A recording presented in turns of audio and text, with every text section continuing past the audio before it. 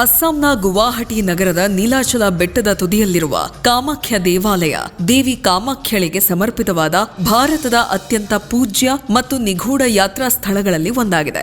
ವಿಶಿಷ್ಟ ದೇವಾಲಯಗಳಿಗಿಂತ ಭಿನ್ನವಾಗಿ ಕಾಮಾಖ್ಯವನ್ನು ಶಕ್ತಿಪೀಠವೆಂದು ಪೂಜಿಸಲಾಗುತ್ತದೆ. ಇದು ದೇವತೆಯ ಸಂತಾನೋತ್ಪತ್ತಿ ಅಂಗವನ್ನು ಹೊಂದಿದೆ ಎಂದು ನಂಬಲಾಗಿದೆ. ದೇವತೆಯ ವಾರ್ಷಿಕ ಮುಟ್ಟಿನ ಚಕ್ರವನ್ನು ಗೌರವಿಸುವ ಹಬ್ಬವಾದ ಅಂಬುಬಾಚಿ ಮೇಳವನ್ನು ಜೂನ್ ತಿಂಗಳಲ್ಲಿ ಆಚರಿಸುತ್ತಾರೆ. ಈ ದೇವಾಲಯದ ಹಿಂದೆ ಒಂದು ಕಥೆನೇ ಇದೆ. ಶಿವನ ಎಚ್ಚರಿಕೆಯನ್ನು ಲೆಕ್ಕಿಸದೆ ಶಿವನ ಪತ್ನಿ ಸತಿ ತನ್ನ ತಂದೆ ನಡೆಸಿದ ಯಜ್ಞಕ್ಕೆ ಹಾಜರಾದಾಗ ಶಿವನನ್ನು ಅಗೌರವಿಸಿದ ಆಕೆಯ ತಂದೆ ಹೇಳಿದ ಕಠಿಣ ಮಾತುಗಳು ಕಠಾರಿಯಂತೆ ಸತಿಯನ್ನು ಚುಚ್ಚಿದವು. ಆಕೆ ಯಜ್ಞದ ಉರಿಯುತ್ತಿರುವ ಚಿತೆಗೆ ಹಾರಬೇಕಾಯಿತು. ಶಿವನು ತನ್ನ ಪ್ರಿಯತಮೆಯ ಸ್ವಯಂ ದಹನದಲ್ಲಿ ಉಳಿದಿದ್ದನ್ನು ಹೊತ್ತುಕೊಂಡು ಸಂಪೂರ್ಣ ದುಃಖದಿಂದ ವಿಶ್ವದಲ್ಲಿ ಸಂಚರಿಸುತ್ತಾ ರುದ್ರ ತಾಂಡವವನ್ನು ಮಾಡಿದನು. ವಿಶ್ವದ ಅಸಮತೋಲನಕ್ಕೆ ಹೆದರಿ ವಿಷ್ಣು ಸತಿಯ ದೇಹವನ್ನು ಛಿದ್ರಗೊಳಿಸಿದನು ಮತ್ತು ಅವಳ ಅವಶೇಷಗಳು ಬಿದ್ದ ಸ್ಥಳಗಳು ಶಕ್ತಿ ಪೀಠಗಳು, ಶಕ್ತಿಯ ಕೇಂದ್ರಗಳು ಎಂದು ಕರೆಯಲ್ಪಟ್ಟವು.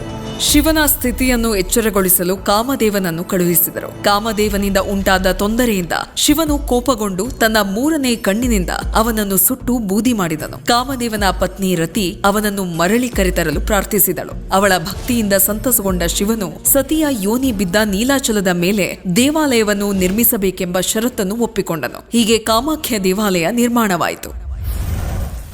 ಇನ್ನೂ ಅನೇಕ ಪುರಾಣ ಕಥೆಗಳನ್ನ ನಿಮ್ ಜೊತೆ ಶೇರ್ ಮಾಡ್ಕೊಳ್ತೀನಿ. ನಾನು ನಿಮ್ಮ RJ ಮಾಧುರಿ. ಬೆಸ್ಟ್ ಎಂಟರ್ಟೈನ್ಮೆಂಟ್ಗಾಗಿ ಲೈಕ್, ಫಾಲೋ ಮತ್ತು ಸಬ್ಸ್ಕ್ರೈಬ್ ಮಾಡಿ ರೆಡ್ FM ಕನ್ನಡ.